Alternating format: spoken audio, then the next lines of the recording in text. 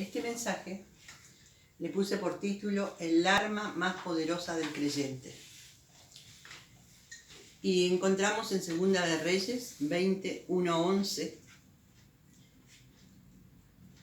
Hace tiempo había escuchado un mensaje del hermano David Wilkerson, un siervo de Dios, quien fue muy usado por el Señor para rescatar a jóvenes de las pandillas y de las drogas. Contaba que su esposa enfermó de cáncer. Oraron por ella y Dios la sanó. Luego una de sus hijas y también su nieta enfermaron de cáncer. Él, llorando al recibir la noticia, se apartó y clamó al Señor porque eran pruebas muy dolorosas. La partida de su hija y de su nieta, y Dios le respondió: dime, ¿les amas más tú que yo? Y allí comprendió que es mayor el amor de Dios, porque lleva a uno de sus hijos de este mundo, a nuestros seres queridos, a disfrutar de su presencia, de su amor, y libres de todo sufrimiento. Ahora sí.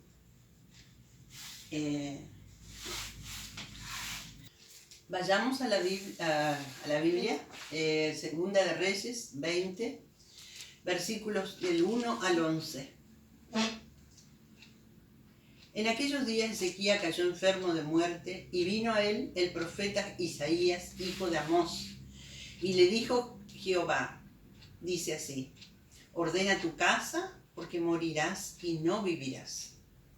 Entonces él volvió su rostro a la pared y oró a Jehová y dijo: te ruego, oh Jehová, te ruego que hagas memoria de que he andado delante de ti en verdad y con íntegro corazón, y que he hecho las cosas que te agradan. Y lloró Ezequías con gran lloro. Y antes que Isaías saliese hasta la mitad del patio, vino palabra de Jehová a Isaías, diciendo: vuelve y di a Ezequías, príncipe de mi pueblo, así dice Jehová, el Dios de David, tu padre: yo te he oído tu oración y he visto tus lágrimas. He aquí que yo te sano. Al tercer día subirás a la casa de Jehová. Y añadiré a tus días 15 años, y te libraré a ti y a esta ciudad de manos del rey de Asiria. Y ampararé esta ciudad por amor a mí mismo y por amor a David mi siervo. Y dijo Isaías: tomad masa de higos, y tomándola, la pusieron sobre la llaga y sanó. Y Ezequías había dicho a Isaías: ¿qué señal tendré de que Jehová me sanará y que subiré a la casa de Jehová al tercer día? Respondió Isaías: esta señal tendrás de Jehová, de que hará Jehová esto que ha dicho. ¿Avanzará la sombra 10 grados o retrocederá 10 grados? Y Ezequías respondió: fácil cosa es que la sombra decline 10 grados, pero no que la sombra vuelva atrás 10 grados. Entonces el profeta Isaías clamó a Jehová e hizo volver la sombra por los grados que había descendido en el reloj de Acaz 10 grados atrás. No se nos dice en la Biblia qué clase de enfermedad fue, pero los indicios son de llaga o úlcera tropical. Lo cierto es que la llaga era de suyo mortal. Ahora, le he llevado por medio de Isaías el aviso de que se prepare a morir. El profeta dice que su enfermedad es mortal, y a no ser que se recupere por milagro de misericordia, ciertamente morirá. Ordenar la casa implica hacer testamento, disponer de todos los bienes, dejar los asuntos pendientes en la mejor postura posible. Pero más importante que eso es poner en orden el corazón por medio de renovados actos de arrepentimiento, fe, resignación en la voluntad de Dios, y con el gozo del Señor esperar confiado partir hacia la patria celestial. La oración de Ezequías ante este aviso. Conocemos varias clases de oración. El clamor. Jeremías 33:3 dice: clama a mí y yo te responderé. La oración de fe de Jabes. La oración de intercesión. Jesús ora por sus discípulos en San Juan 17. Los ruegos. Todo depende de la importancia o magnitud de la situación será nuestra oración. En el versículo 2 dice, oró a Jehová. ¿Está alguno enfermo? Que oren por él, que oren con él, que ore también él, en Santiago 5, 14, 16. Ezequías sabía que las oraciones con fe traían respuesta de paz. Ahora recibía él la sentencia de muerte dentro de sí, pero si era reversible, había de serlo por medio de la oración. Por otra parte, si era irreversible, la oración había de ser una de las mejores preparaciones para la muerte, porque por ella se obtiene de Dios la fuerza y la gracia que nos capacita para terminar bien. En Hebreos 5:7 dice que a causa de su temor reverente fue oído. Las circunstancias de esta oración. Dice que volvió su rostro a la pared, según estaba acostado en su lecho.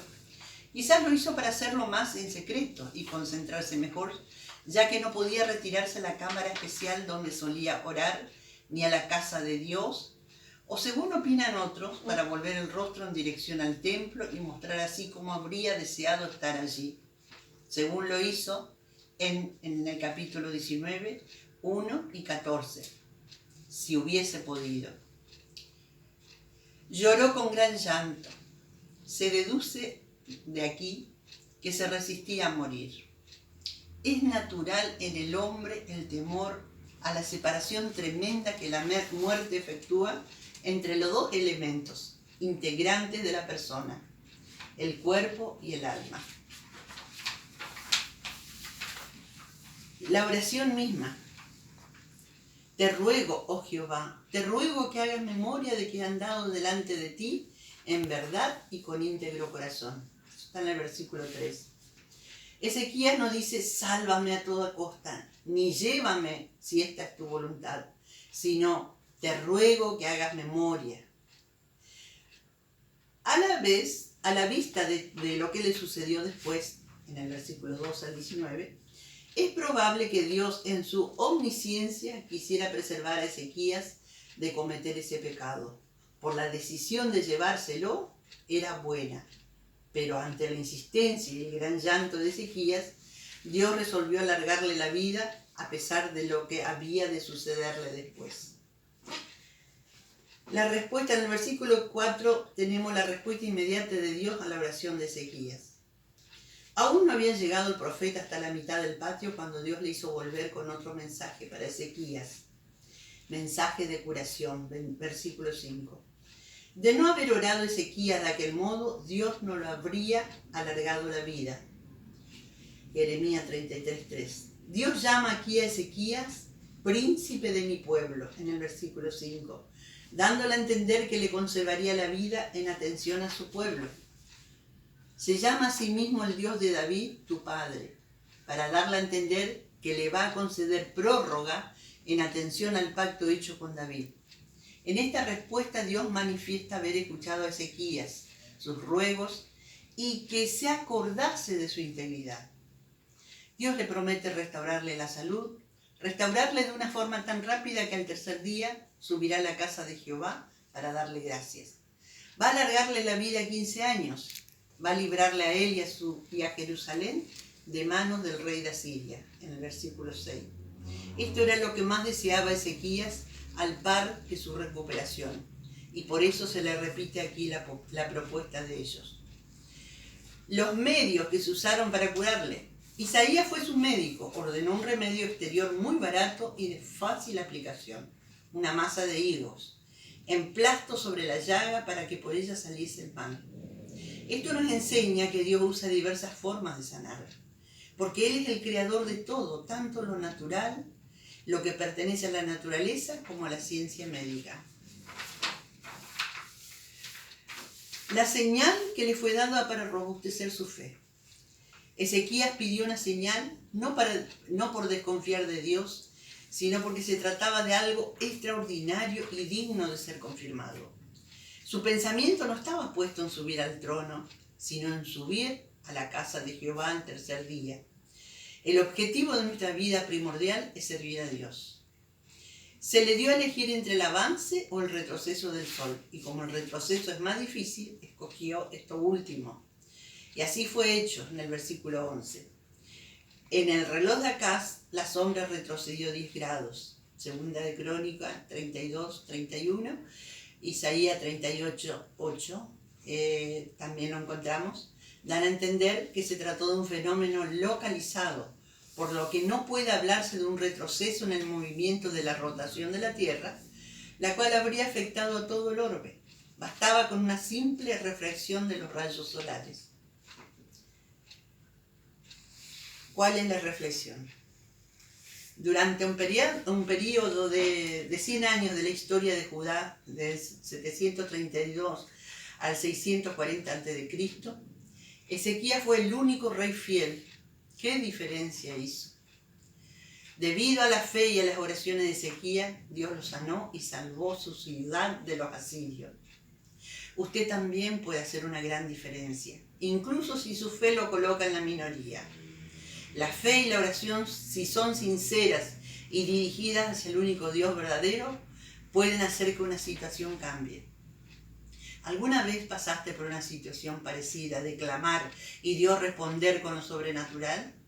Yo creo que todos pasamos por situaciones que nos superan y lo único que sí podemos hacer es clamar a Dios y Él responderá porque su palabra lo confirma en Jeremías 33:3.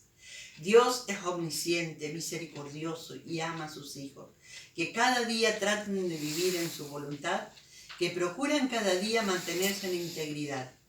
Dios ama a sus hijos y como Él sabe lo que vivió, lo que vive y lo que vivirá en el futuro, muchas veces lo lleva a su presencia para quitarlo de delante del sufrimiento que vendrá. Amén. Gloria a Dios.